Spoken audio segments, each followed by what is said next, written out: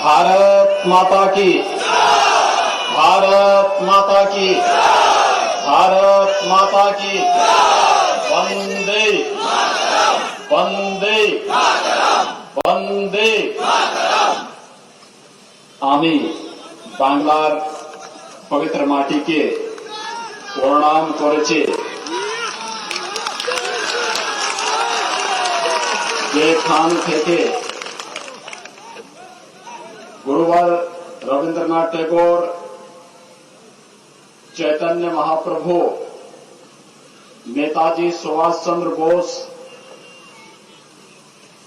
रामकृष्ण परमहंस, स्वामी विवेकानंद एवं और अनेक महान पुरुष बेरिएছেন। আমার ভাগ্য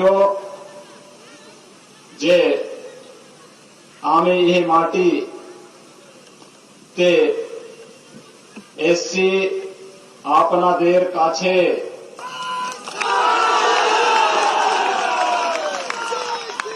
मंच पर उपस्थित भारतीय जनता पार्टी के वरिष्ठ नेता श्रीमान जयप्रकाश मजूमदार जी, जनप्रिय प्रत्याशी श्रीमान विकास कामिला जी,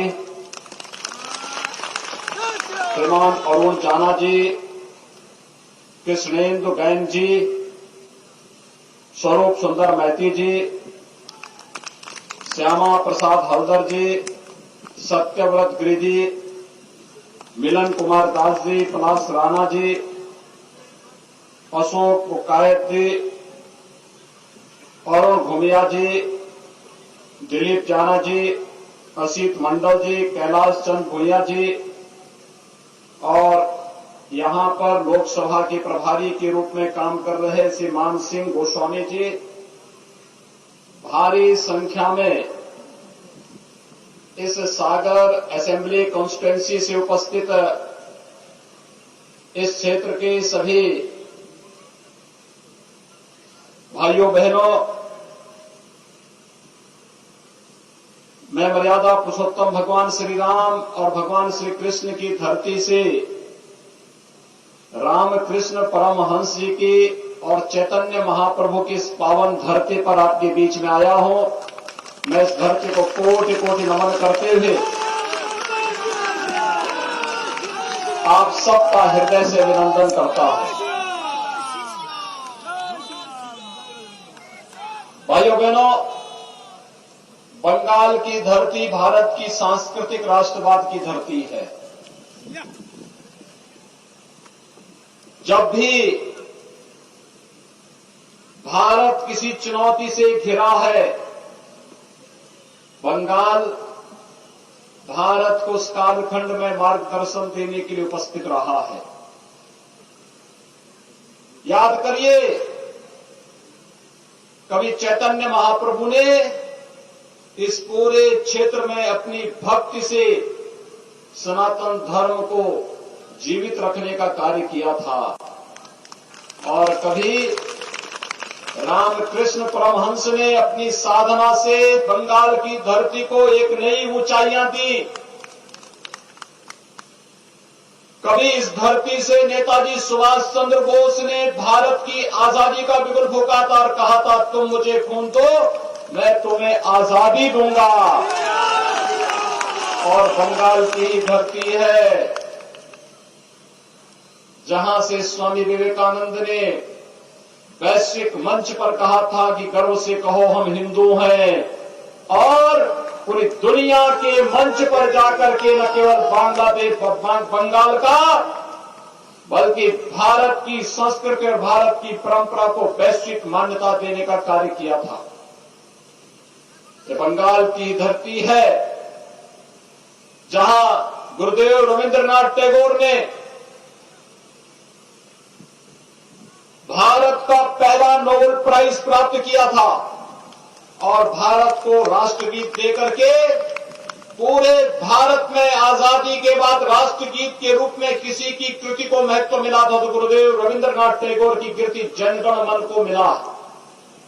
और भाइयों बहनों, ये बंगाल की ही धरती है जिसने भारत को राष्ट्र गीत दिया वंदे मातरम के रूप में, जो भारत की आजादी का अमर गीत बन गया, जिसको गाते गाते हमारे क्रांतिकारी फांसी के फंदे पर झूल जाते थे। लेकिन विदेशी आक्रांताओं की, विदेशी फिरंगियों की गुलामी को उन्होंने स्वीकार नहीं किया। ये बंगाल की धरती है जहां से नेताजी सुभाष चंद्र बोस ने और डॉक्टर श्यामा प्रसाद मुखर्जी ने भारत की आजादी के बिगुल को एक नई ऊंचाइयां दी थी। और इसलिए बंगाल की धरती हमारे लिए अनेक प्रकार से पवित्र धरती है। यह धरती हमारे लिए इसलिए भी महत्वपूर्ण है कि सागर में मायापुर, नवद्वीप, दक्षिणेश्वर, कालीघाट, तारापीठ, बंकेश्वर और कपिल मुनि के पवित्र आश्रम इसी बंगाल की धरती पर है। हर भारतवासी जब यहां पर काली बाड़ी की काली माई का दर्शन करने के लिए आता है, अपने को धन्य धन्य महसूस करता है।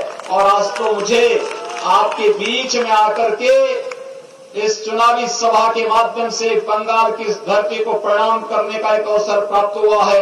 मैं इस धरती को कोटि कोटि नमन करते हुए आप सबका हृदय से अभिनंदन करता हूं। भाइयों बहनों, हृदय से अभिनंदन करता हूं। भाइयों बहनों, बंगाल की पीड़ा के साथ जुड़ने के लिए भारतीय जनता पार्टी आपके साथ खड़ी आई हुई है। बंगाल कभी भारत का समृद्ध राज्य माना जाता था। बंगाल कभी भारत का औद्योगिक राज्य माना जाता था। बंगाल की प्रति व्यक्ति आय भारत की प्रति व्यक्ति आय से अधिक थी। लेकिन धीरे धीरे करके पहले कांग्रेस ने, फिर कम्युनिस्टों ने और फिर आज टीएमसी ने बंगाल के उद्योगों को नष्ट करके यहां के नौजवानों को बेरोजगार कर दिया। आज बंगाल में उद्योग नहीं, लेकिन टीएमसी का भ्रष्टाचार का उद्योग फल फूल रहा है। टीएमसी के गुंडे किस तरीके से यहां पर अराजकता और गुंडागर्दी का माहौल पैदा कर रहे हैं, ये किसी से छुपा हुआ नहीं है। और यही कहने के लिए मैं आया हूं। अभी 8 दिन पहले भारतीय जनता पार्टी के विस्तारक की निर्मम हत्या यहां पर हुई है और हम आपसे कहने के लिए आए हैं, भाइयों बहनों, ज्यादा दिन नहीं, कुल मिलाकर के 40 दिन का समय है। और 40 दिन के बाद भी आप देखना कि 35 दिन के बाद उल्टी गिनती प्रारंभ हो जाएगी टीएमसी के गुंडों की, क्योंकि तब बंगाल के अंदर तब टीएमसी की सरकार नहीं, भारतीय जनता पार्टी की सरकार होगी और इन सभी गुंडों को ढूंढ करके कानून के शिकंजे में डालने का कार्य किया जाएगा। और यही आश्वासन देने के लिए आज हम सब आपके बीच आए हैं। यहां पर न रोजगार की व्यवस्था दी, न नौकरी की व्यवस्था दी, उद्योग धंधे बंद हो गए। टीएमसी के गुंडे तोलाबाजी करके विकास के लिए आने वाले पैसे को जबरन हड़पने का काम करते हैं और यहां की जनता विकास के नाम पर देखती रह जाती है। विगत वर्ष यहां पर एक साइक्लोन आया था। प्रधानमंत्री मोदी जी ने 1000 करोड़ रुपए की घोषणा यहां के लोगों को सहायता देने के लिए किया, लेकिन पैसा टीएमसी के गुंडों ने हड़प लिया। जनता के पास पैसा गया ही नहीं, रात पहुंची ही नहीं। सरकार ने जनता के सामने ये पहुंचने ही नहीं दिया। इसका मतलब टीएमसी का विकास में कोई रुचि नहीं। ममता दीदी पिछले 10 वर्षों से मुख्यमंत्री है और भाइयों बहनों, मुख्यमंत्री के रूप में 10 वर्षों में उन्होंने बंगाल के अंदर कितने लोगों को मकान दिया है, प्रधानमंत्री आवास कितने लोगों को दिया है, ये पूछा जाना चाहिए। अकेले उत्तर प्रदेश में 4 वर्ष में भारतीय जनता पार्टी की सरकार ने 40 लाख गरीबों को एक एक आवास यूपी के अंदर दिया है। 1,38,00,000 गरीब परिवारों को निःशुल्क विद्युत के कनेक्शन दिए हैं। 1,35,00,000 गरीब परिवारों को रसोई गैस का निःशुल्क कनेक्शन दिया है।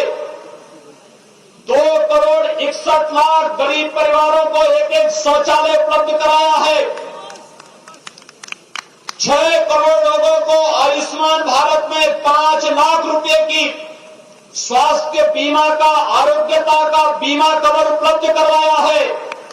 और भाइयों बहनों, 2,42,00,000 किसान परिवारों को 6,000 रुपए सालाना प्रधानमंत्री किसान सम्मान निधि देने का काम किया है। मैं पूछना चाहता हूं ममता दीदी से, आखिर ये लाभ बंगाल की जनता को क्यों नहीं मिल पा रहा है? अगर उत्तर प्रदेश की जनता को ये लाभ मिल पा रहा है तो फिर बंगाल की जनता को ये लाभ क्यों नहीं मिल पा रहा है? कारण साफ है, टीएमसी की सरकार का लोक कल्याण में, जन कल्याण में, जनता के हितों पर कोई ध्यान नहीं है। ममता दीदी इसमें कोई रुचि नहीं लेती, उनका विकास में कोई रुचि नहीं। न हाईवे, न रेलवे, न एयरपोर्ट, न एम्स, न मेडिकल कॉलेज, ये कुछ भी दीदी नहीं बनने देगी यहां। क्योंकि दीदी को तो एक ही काम करना है। अब तो दीदी इस भगवे कपड़े से भी घबराने लग गई है।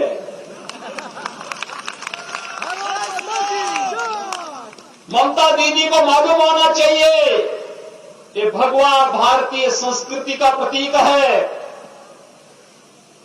आप सामने देख रहे होंगे भवन, और सामने एक और भवन, ये भी भगवे रंग से रंगे हुए हैं। ये भारतीय परंपरा की प्रतीक है। यही भगवा था जिसे लेकर के चैतन्य महाप्रभु भक्ति का गीत गा करके गली गली में जाकर के भक्ति का संदेश देकर के व्यापक जन जागरूक करके उस कालखंड में बंगाल को बचाने का काम किए थे। यही भगवा था जिस भगवे को पहन करके स्वामी विवेकानंद ने वैश्विक मंच पर जाकर के कहा था, गर्व से कहो हम हिंदू हैं, और हिंदू धर्म और संस्कृति की अलग दुनिया के अंदर बताने का काम किया था। यही भगवा है। जब सूर्य देव उगते हैं, इसी भगवा लालिमा के साथ वह एक नई जीवंतता हमें प्रदान करते हैं। और यही तो भगवा है। जैसे हम जब अष्टमी के दिन मां काली की पूजा करते हैं तो मां काली को भी यही हम अर्पित करते हैं, भगवा की परंपरा पर। और अब तो ममता दीदी को भगवा से भी चिढ़ हो गई और वह भगवान राम से भी चिढ़ने लग गई है। अब वो कहती है कि जय श्री राम नहीं बोला जाना चाहिए। ममता दीदी को मालूम होना चाहिए कि उत्तर प्रदेश के अंदर भी एक सरकार थी, वह भी जय श्री राम के नारे को बैन करना चाहती थी। उत्तर प्रदेश की जनता ने उस पार्टी की जबान को बंद कर दिया है और आज उत्तर प्रदेश के अंदर भारतीय जनता पार्टी की सरकार है। जब भी श्री राम के जय जयकार करने पे कोई सरकार रोक लगाएगी तो जनता भाजपा को फिर सत्ता में लेकर के आएगी। और यही तो हम कहने के लिए आए हैं। बंगाल के अंदर हर एक ओर से एक ही आवाज आ रही है और वह आवाज है कि भाजपा भाजपा भाजपा। मोदी जी के नेतृत्व में आज पूरा भारत एक भारत श्रेष्ठ भारत की परिकल्पना को साकार कर रहा है। आखिर इसी बंगाल की धरती पर तो डॉक्टर श्यामा प्रसाद मुखर्जी जी का जन्म हुआ था और डॉक्टर श्यामा प्रसाद मुखर्जी ने इसी बंगाल की धरती से एक नारा दिया था और वह नारा दिया था, एक देश में दो प्रधान, दो निशान, दो विधान नहीं चलेंगे। जब जम्मू कश्मीर के अंदर कांग्रेस की कुटिल नीति के कारण भारत के संविधान में धारा 370 जोड़ने की कुत्सित चेष्टा हुई थी, उसके खिलाफ किसी ने आवाज उठाई थी, तो बंगाल की धरती पर पैदा हुए महान सपूत डॉक्टर श्यामा प्रसाद मुखर्जी ने उसके खिलाफ आवाज उठाई थी। और भाइयों बहनों, डॉक्टर मुखर्जी के उस सपने को साकार करने का काम किया है प्रधानमंत्री मोदी जी ने और गृह मंत्री अमित शाह जी ने, जिन्होंने कश्मीर में धारा 370 समाप्त करके आज जम्मू कश्मीर के अंदर एक व्यवस्था बना दी है कि अगर 24 परगना क्षेत्र के नौजवान भी जम्मू कश्मीर में जमीन खरीदना चाहेंगे तो उनको वहां पर इसकी पूरी स्वतंत्रता होगी, कोई उसे रोक नहीं सकता है। भाइयों बहनों, आज देश के अंदर आतंकवाद के खिलाफ लड़ाई कैसे लड़ी जानी चाहिए, ये लड़ाई को लड़ने का कार्य प्रधानमंत्री मोदी जी के नेतृत्व में देश लड़ रहा है। पाकिस्तान भारत के अंदर घुस करके पहले आतंकी घटनाओं को अंजाम देता था, लेकिन आज जब भारत के बहादुर जवान पाकिस्तान के अंदर घुस करके सर्जिकल स्ट्राइक को अंजाम देते हैं, आतंकी कैंपों को नष्ट करते हैं, तो पाकिस्तान की भी झिग्गी बन जाती है। पाकिस्तान भी आज वहां पर अब स्वयं बचाव की मुद्रा में खड़ा होता है और यह कार्य करके दिखाया है भारतीय जनता पार्टी की मोदी जी के नेतृत्व की सरकार ने।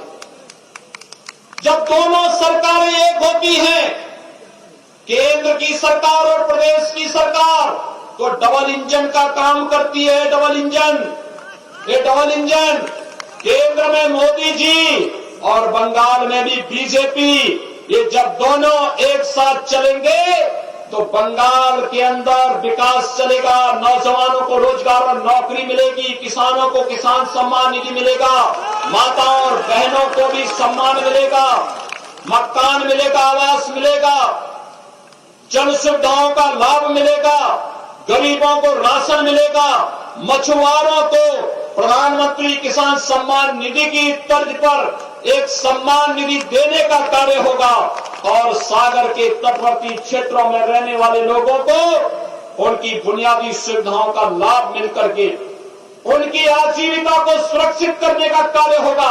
और यही तो भारतीय जनता पार्टी आप सबसे कहने के लिए आई है। ये ममता दीदी नहीं करेगी।